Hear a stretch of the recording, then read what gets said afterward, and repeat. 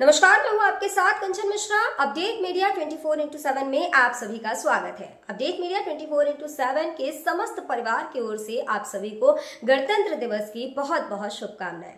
यह दिन हमारे देश की स्वतंत्रता, समानता और भाईचारे का प्रतीक है। 26 जनवरी 1950 को हमारा संविधान लागू हुआ था, जिसने हमें लोकतंत्र में अपने अधिकारों और कर्तव्यों का बोध कराया। हमें गर्व है कि हमारे संविधान ने हर नागरिक को समानता, स्वतंत्रता और न्याय का अधिकार दिया है। यह दिन भारत के संविधान लागू होने की याद में मनाया जाता है। भारत का संविधान 26 जनवरी 1950 को लागू हुआ था। इस दिन दिल्ली के राजपथ पर परेड और झांकियां निकाली जाती हैं। भारत के राष्ट्रपति तिरंगा फहराते हैं और 21 तोपों की सलामी दी जाती है। आओ झुककर सलाम करें उन्हें जिनके हिस्से में ये मुकाम आता है। खुशनसीब होता है वो खून जो देश के काम आता है।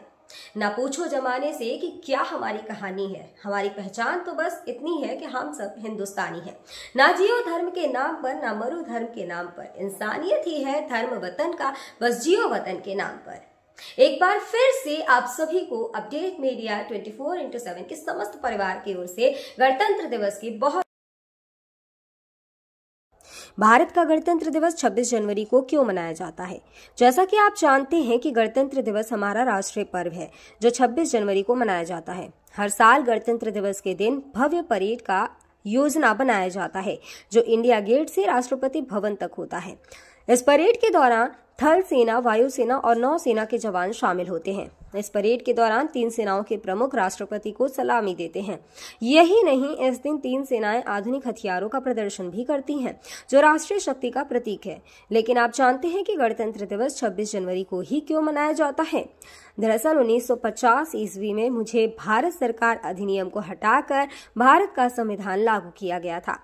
संविधान को लागू करने के लिए 26 जनवरी का दिन इसलिए चुना गया क्योंकि साल 1929 में दिसंबर में लाहौर में भारतीय राष्ट्रीय कांग्रेस का अधिवेशन पंडित जवाहरलाल नेहरू की अध्यक्षता में हुआ था। इस अधिवेशन में प्रस्ताव पारित कर इस बात की घोषणा की गई कि यदि अंग्रेज सरकार द्वारा 26 जनवरी 1930 तक भारत को स्वतंत्र देश का दर्जा नहीं दिया गया तो भारत को पूर्ण रूप से स्वतंत्र देश घोषित कर दिया जाएगा। जब अंग्रेज सरकार ने कुछ नहीं किया तब कांग्रेस ने 26 जनवरी 1930 को भारत को पूर्ण स्वराज घोषित कर दिया।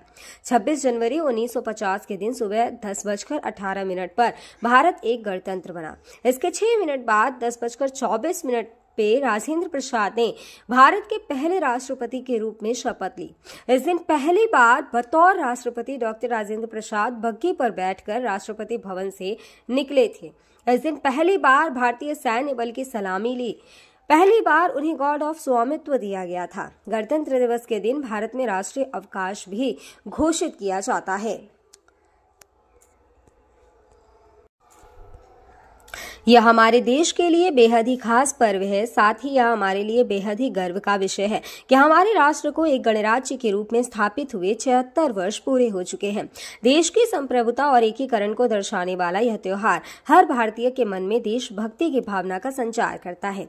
26 जनवरी 1950 21 तोपों की सलामी के साथ तिरंगा फहराते हुए राष्ट्रपति डॉक्टर राजेंद्र प्रसाद ने स्वतंत्र भारत का स्वनिर्मित संविधान लागू किया। भारत के नए युग की शुरुआत के साक्षी देशवासियों सहित सी गोपालाचारी, जवाहरलाल नेहरू, सरदार पटेल जैसे गणमान्य बने। मात्र 3 साल पहले आजादी की सुबह देखने वाले देश ने अपना संविधान बनाकर विश्व को अपनी संप्रभुता का परिचय दिया। हालांकि ये डगर इतनी आसान नहीं थी। इतिहास के पन्नों को टटोले तो मालूम होता है कि स्वराज के साथ ही अपने संविधान, हक और हुकूम की लड़ाई बेहद चुनौती भरी थी। दरअसल अंग्रेजों की गुलामी से त्रस्त देशवासियों को प्रथम विश्व युद्ध के दौरान एक सुनहरा अवसर हाथ लगा जब ब्रिटेन की ओर से मदद की गुहार लगाई गई। भारतीयों ने सहर्ष प्रस्ताव स्वीकार किया और वर्ल्ड वॉर में ब्रिटेन के साथ खड़े नजर आए। यह उद्देश्य के साथ कि उन्हें आगे चलकर अंग्रेजों की हुकूमत से आजादी मिल जाएगी। लेकिन एक बार फिर अंग्रेज अपनी बात से पलटते नजर आए और आजादी के बदले लेकर आए भारत सरकार अधिनियम 1919। इस अधिनियम का असर ये रहा कि देश के कुछ बड़े प्रांत में दोहरी शासन प्रणाली व्यवस्था लागू हुई। इसके तहत स्वास्थ्य, शिक्षा, कृषि जैसे विषयों को भारतीय मंत्रियों के सम्मुख सौंप दिया गया था। वहीं दूसरी तरफ से सैन्य रक्षा और विदेशी मसले जैसे अहम मुद्दे वायसराय के अधिकार क्षेत्र में रहे। इसके अनुरूप भारतीयों को यह आश्वासन दिया गया कि इस अधिनियम से पड़ने वाले प्रभावों का विषय में भविष्य में आकलन किया जाएगा।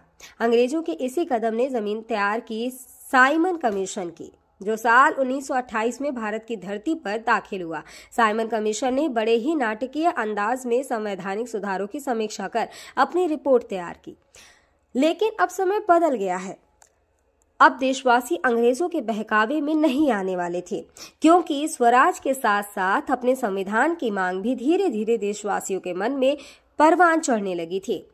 साइमन कमीशन रिपोर्ट के बाद देश भर में जमकर आंदोलन हुए। इसे शांत करने के लिए ब्रिटिश सरकार ने राउंड टेबल कॉन्फ्रेंस का आयोजन किया।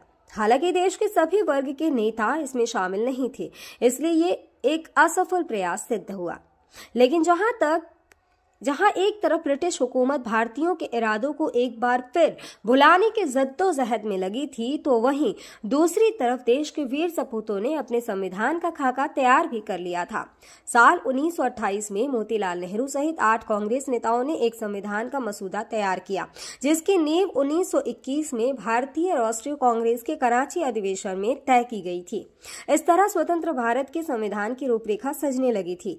समय का पहिया आगे बढ़ता गया। फिर आया गवर्नमेंट ऑफ इंडिया एक्ट 1935, जिसे हमारे संविधान का संरचनात्मक आधार कहा जाता है। दूसरे शब्दों में कहें तो यह एक फाउंडेशन बन गया, जिसके ऊपर मौजूदा संविधान की भव्य इमारत खड़ी हो गई। एक्ट 1935 भारत के लिए आजादी की सुगबुगाहट के साथ आया, लेकिन आजादी की आहट के साथ मुस्लिम लीग और कांग्रेस के बीच मतभेदों की खाई गहरी होती जा रही थी। दोनों के बीच तल्खियां इतनी बढ़ चुकी थी कि बुनियादी मुद्दों पर भी समझौते की गूंज तक नहीं रही थी। हालांकि इन सभी विवादों से आगे बढ़ते हुए भारतीय नेता अपने लक्ष्य की ओर बढ़ रहे थे। दूसरे विश्व युद्ध के दौरान 1945 में सभी पार्टियों की सहमति से संविधान का प्रारूप तैयार कर लिया गया था, जिसे सार्वभौमिक वयस्क फ्रेंचाइजी स्वतंत्रता और समानता के साथ अल्पसंख्यकों के अधिकारों की रक्षा का विशेष ध्यान रखा गया था। इसके साथ ही भारत छोड़ो आंदोलन और आजाद हिंद फौज की निर्भीकता ने अंग्रेजों ने भारत में अनंत काल तक राज करने का सपना चूर चूर कर दिया था। जैसे जैसे भारतीय राष्ट्रीय आंदोलन जोर पकड़ता गया, ब्रिटिश हुकूमत पर संविधान निर्माण के लिए संविधान सभा के गठन का दबाव भी बढ़ता गया। इस गहमा गहमी के बीच आखिरकार 9 दिसंबर 1946 में नई दिल्ली के संवैधानिक हॉल में संविधान सभा की पहली बैठक हुई, जिसमें महात्मा गांधी को छोड़कर उस वक्त के राष्ट्रीय आंदोलन से जुड़ी करीब हर बड़ी शख्सियत शामिल थी, जिसका मुस्लिम लीग ने भारत को 2 हिस्सों में बांटे नए मुल्क पाकिस्तान की मांग को लेकर बैठक का बहिष्कार किया। लिहाजा पहली बैठक में कुल 207 सदस्यों ने हिस्सा लिया, जहां सभा के सबसे वरिष्ठ सदस्य डॉक्टर सच्चिदानंद सिन्हा को सभा का अस्थायी सदस्य चुना गया। हालांकि 2 दिन बाद 11 दिसंबर को डॉक्टर राजेंद्र प्रसाद सभा के अध्यक्ष निर्वाचित हुए और डॉक्टर एच.सी. मुखर्जी और वी.टी. कृष्णमाचारी को सभा का उपाध्यक्ष बनाया गया। इसी कड़ी में आया सुनहरा दिन 15 अगस्त 1947 का, जब गुलामी की बेड़ियों को तोड़ भारत ने आजादी की नई सुबह देखी। देशवासियों में जोश भरते हुए आजाद भारत के प्रथम प्रधानमंत्री जवाहरलाल नेहरू ने बुलंद आवाज में देश को संबोधित किया। इतिहास के पन्नों में यह भाषण ट्रस्ट विद डेस्टिनी नाम से दर्ज हुआ। इसके साथ ही तेज हुई संविधान निर्माण की प्रक्रिया। आजादी के बाद चुनौतियों में इजाफा हुआ। संविधान पर सामग्री की कमी थी, लेकिन उसका सही चयन और उचित व्याख्या का काम बहुत जटिल था। बी.एन. राव द्वारा तैयार किए गए संविधान के प्रारूप पर विचार विमर्श करने के लिए संविधान सभा 29 अगस्त 1947 को एक संकल्प पारित करके प्रारूप समिति का गठन किया।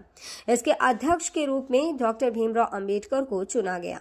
इस समिति में अंबेडकर के अलावा 6 और सदस्य थे।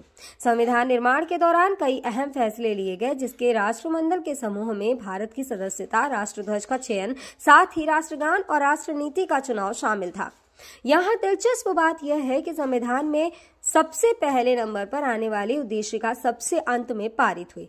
संविधान अगर राजनीतिक असंवैधानिक दस्तावेज है, तो पीएम एक ग्रंथ को दार्शनिक नजरिया प्रदान करती है। डॉक्टर भीमराव अंबेडकर की अगुवाई में संविधान निर्माताओं ने 60 देशों के संविधानों का अध्ययन किया। 4 नवंबर 1948 को संविधान का अंतिम प्रारूप पेश किया। संविधान तैयार करने के बाद मुश्किल खड़ी हुई कि इसे सुंदर अक्षरों में पिरोकर कैसे संजोया जाए।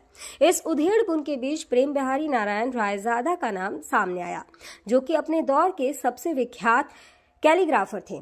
उसके बाद भारत का संविधान प्रेम बिहारी नारायण रायजादा सुलेख फॉन्ट में लिखा गया।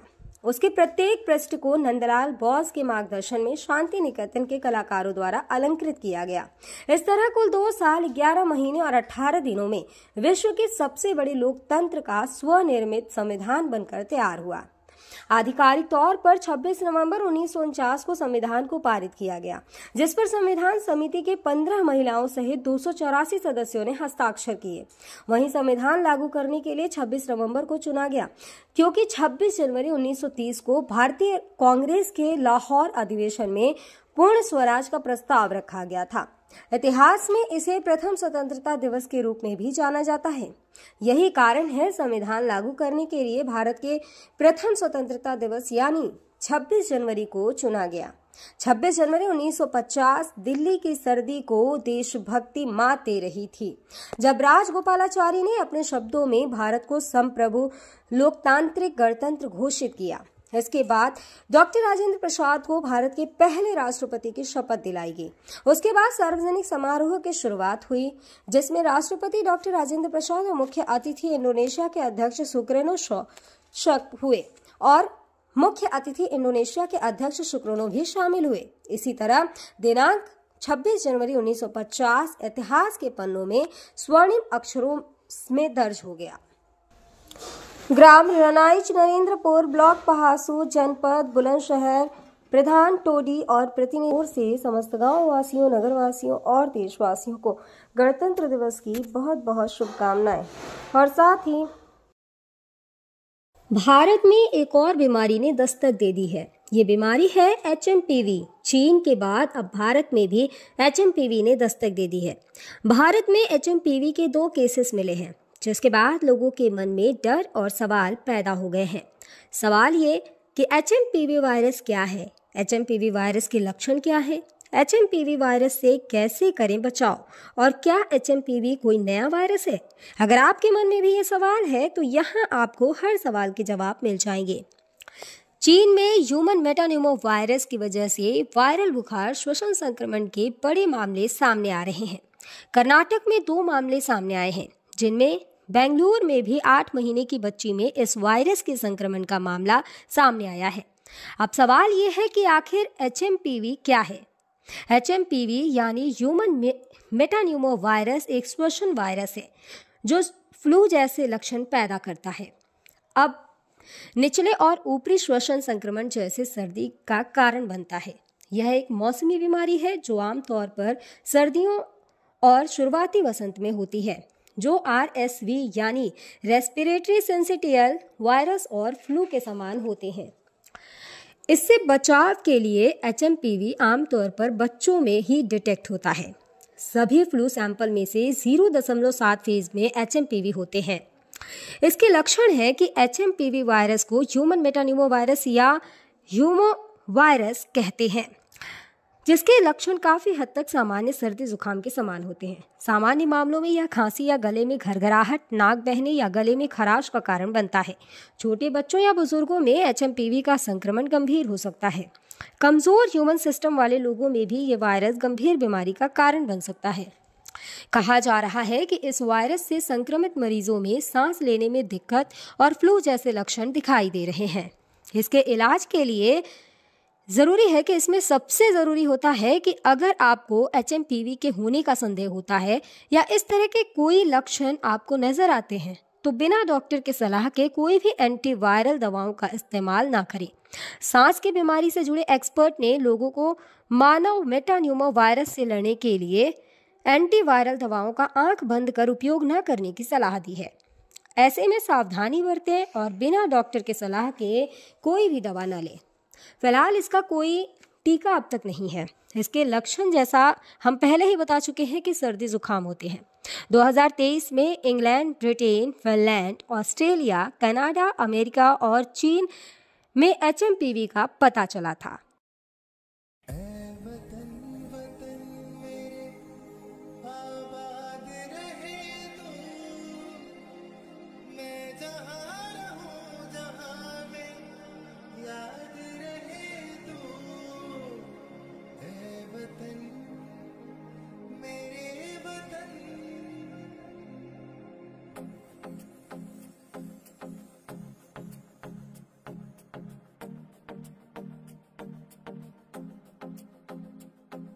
मेरा रंग दे